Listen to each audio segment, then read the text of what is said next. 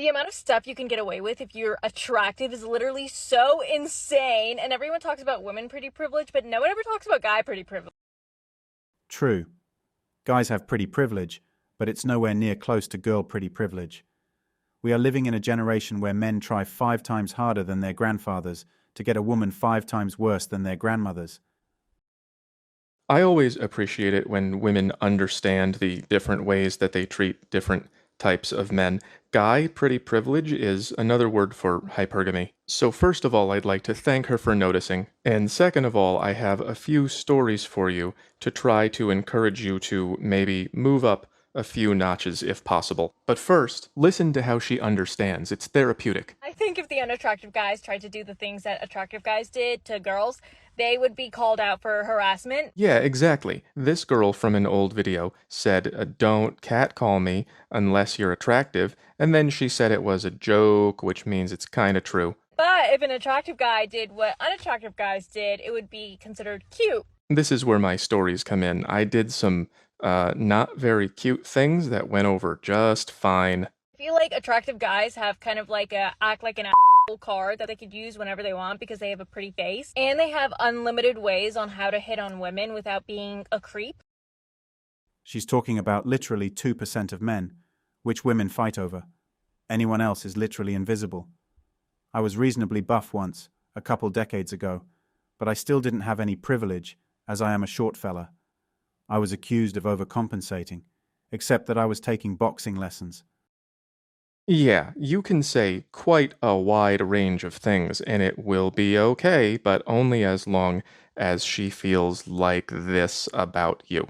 This is a drawing of me when I was at my most attractive and a relationship that I had during that time where I did nothing and she did more than she should have. This is a timeline of that relationship. I had a crush on this girl when I was 11, and she pretty much ignored me until after college when I lost weight and got in shape. And she sent me a suggestive message on Facebook where she saw my pictures, and we began a certain kind of relationship.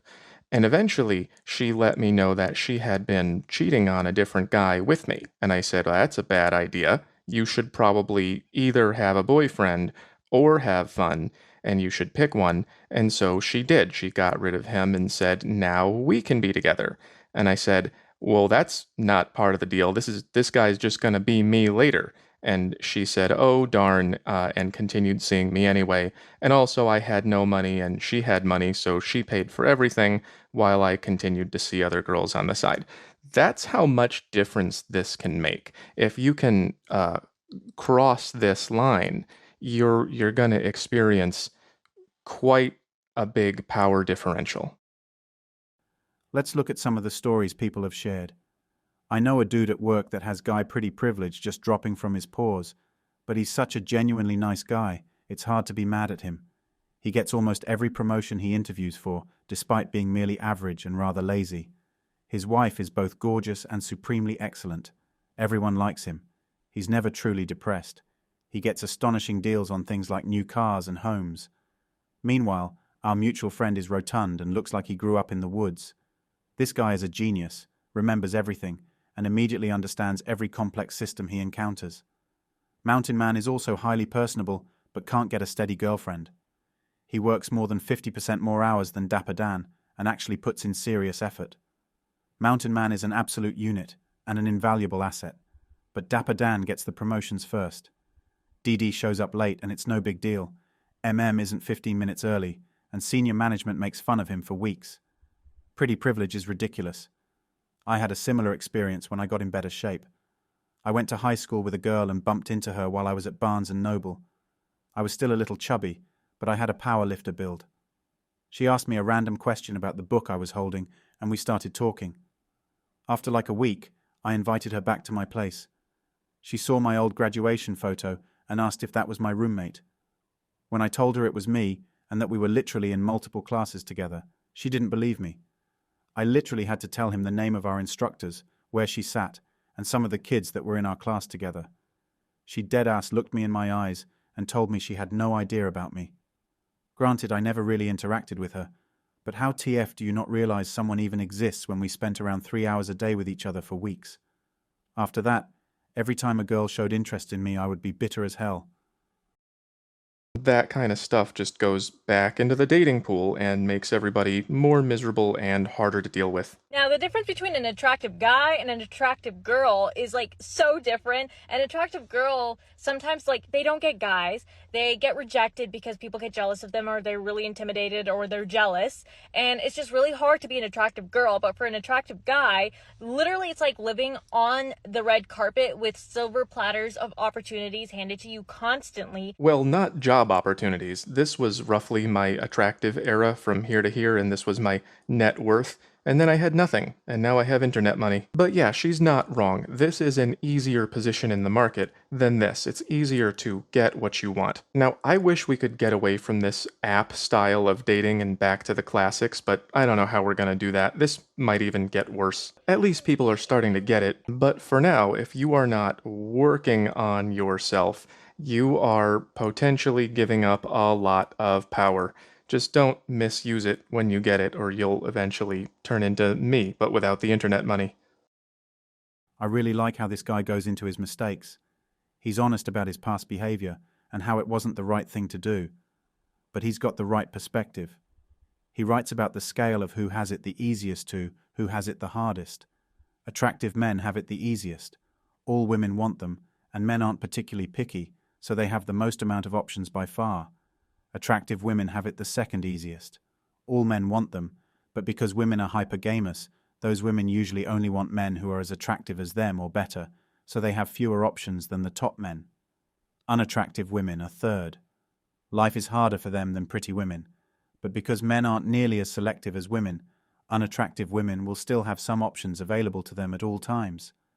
Finally, unattractive men have it by far the hardest out of everyone. They have little to no options, and they are essentially treated as if they don't even exist by the world.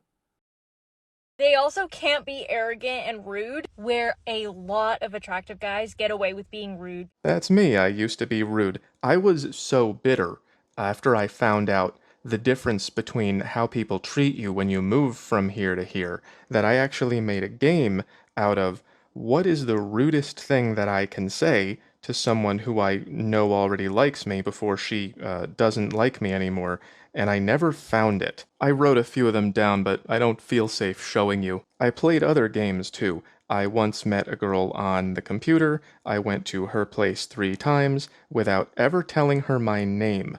And then on my way out the door the 3rd time, I said, "Are you gonna ever ask me my name or what?" And she said, "I didn't want to offend you." Like I was gonna say, "Whoa, you're moving a little fast, aren't we?" No, I'm not encouraging any of this behavior. This is degenerate.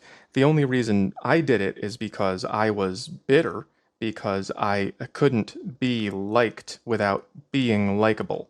I didn't want to put in the work to get out of this area, and when I finally did, I still felt like this on the inside, and I said, "Oh, now it's my turn to do this to someone else," and that's not what we need more of. The bitterness that comes when you become attractive is so real. Your world completely changes. It's not just bitterness in dating, it's in everything. Being an attractive man isn't easier than being an attractive woman because of all of the work it takes to be considered an attractive man. Sure, the day-to-day maintenance once you are an attractive man might be easier, but in order to get there, you have to climb a mountain, whereas the attractive women essentially get a helicopter ride to the top of the mountain. Or they hitch piggyback rides on all the unattractive men climbing their way up. That's how much difference this can make. If you can cross this line, you're going to experience quite a big power differential. Unattractive guys have to be more slow about it. They have to be more nonchalant and sneaky about hitting on a girl. Sneaky, okay, we used to call that getting to know someone. When you're familiar with somebody, it becomes easier to create that bond. And maybe you as an individual can work your way out of it, but you can't have everyone works their way out of it, because if they did, and everybody became more attractive, women would just reevaluate this into another one of these. There would be 80% of the guys who made it would be reevaluated into the didn't make it zone. And those guys have no choice. They have to get familiar with women first. Otherwise, they just get completely left out. And that's why the world is looking more and more like this. People don't get to know each other anymore. And if you try, women will call it sneaky. That's the one thing she said that I didn't like. To a certain extent, I disagree with the idea that men need to improve themselves just to get an average woman, below average woman, a woman with a body count of 100, or to make a living wage, is wrong. Let society collapse until it can be restructured. We shouldn't have to live a life like this when our grandfathers could have a home, car, virgin wife, multiple children, a pension and retire at 62. Thanks for watching Manhood. As always, we're looking forward to your support. So please hit the like button, share this video with your friends, and subscribe to the channel to stay updated with everything all kings like yourself need to know.